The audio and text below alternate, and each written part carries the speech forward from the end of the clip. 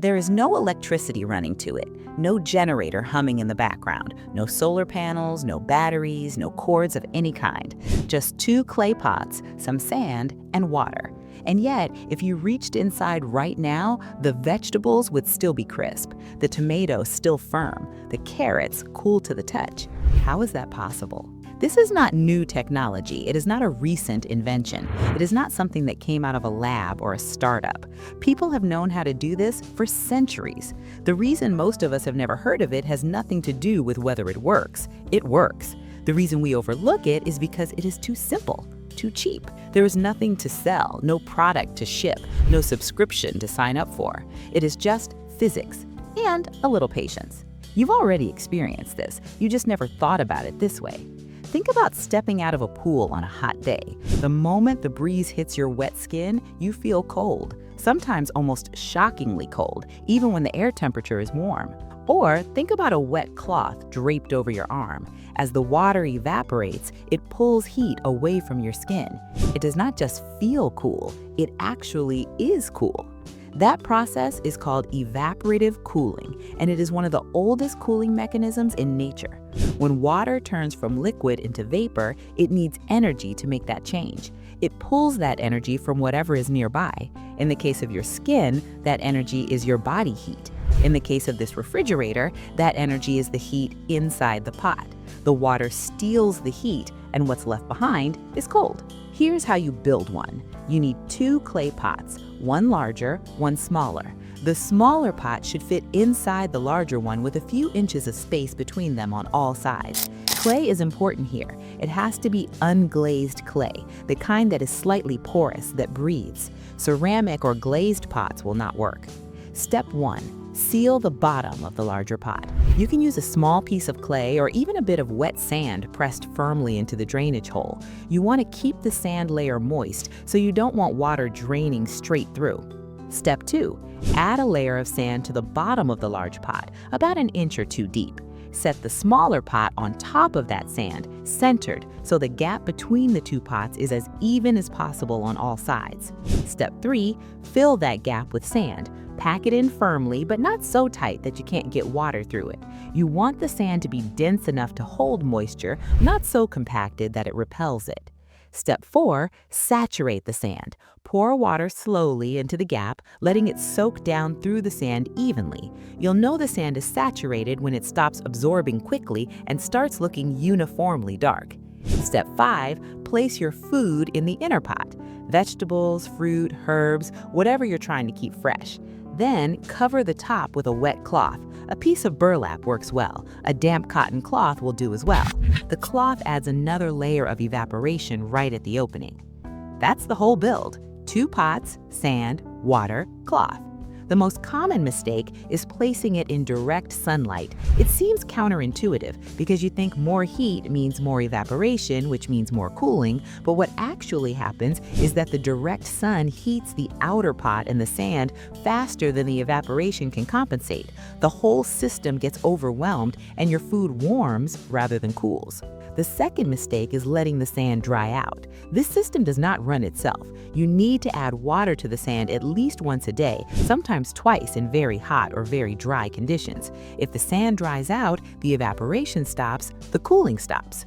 The third mistake is blocking the airflow. This is perhaps the most overlooked factor. Evaporative cooling requires moving air. If you place the pot against a wall, inside a closed shed, or in a corner with no air circulation, the moisture that evaporates off the outer pot just hovers there, and the process slows dramatically.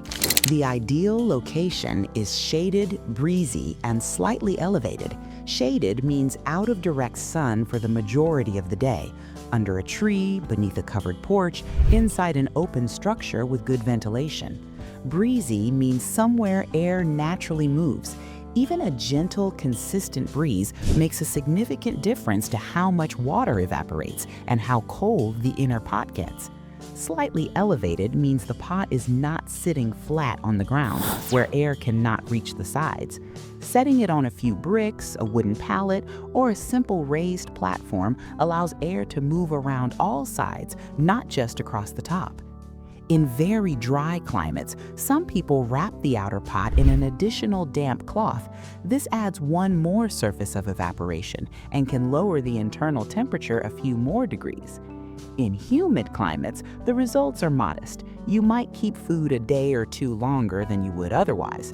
But in dry climates, the numbers become striking. Internal temperatures inside the pot can drop 15 to 20 degrees Celsius below the outside air temperature, sometimes more. Tomatoes that would spoil in 2 days sitting in open air can last up to 3 weeks in a well-maintained Zeer pot. Carrots, peppers, eggplant, leafy greens all stay viable significantly longer. It will not make your drinks ice cold, but it will make them noticeably cooler than the surrounding air, which in a hot climate without electricity is not a small thing. This system has a name. It is called a Zeer pot, from the Arabic word for jug. It has been used across West Africa, the Middle East, and South Asia for generations. In northern Nigeria, Muhammad Bah Abba spent years distributing Zeer pots to farming communities in the 1990s and early 2000s. Families who had no electricity and no way to preserve food saw their spoilage rates drop dramatically. Girls who had previously been kept home to sell perishable food at market were able to attend school instead because the food no longer had to be sold immediately before it went bad. In Sudan, in India, in regions across the Sahel, this is not a novelty or a survival experiment. It is a working tool that people rely on. The design has barely changed because it did not need to. A few practical notes worth keeping in mind. Use clean water when saturating the sand. Contaminated water sitting in warm sand can develop bacteria over time, and while the food in the inner pot should not be in direct contact with the sand, it is worth keeping the system clean. Rinse the inner pot periodically, wipe down the cloth cover regularly, and re-wet it with clean water. Do not store meat or dairy in a Zeer pot. The temperature reduction, while real, is not sufficient to safely store proteins for extended periods. This system is best suited for fresh vegetables, fruit, and herbs. There is something worth sitting with here. This knowledge has existed for centuries. It is not complicated. It does not require rare materials or specialized skills. Anyone, almost anywhere, can build one of these in an afternoon with materials that cost almost nothing. And yet, most of us in the modern world have never heard of it. That is worth reflecting on, not because electricity is bad or because modern refrigeration is not useful. Of course it is. But because when we build systems that depend entirely on one source of energy, we lose something in the process.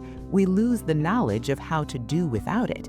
A Zeer pot does not replace a refrigerator, but it is a reminder that the world was not always as dependent as we have become, and that some of the most useful solutions are the ones nobody is trying to sell you.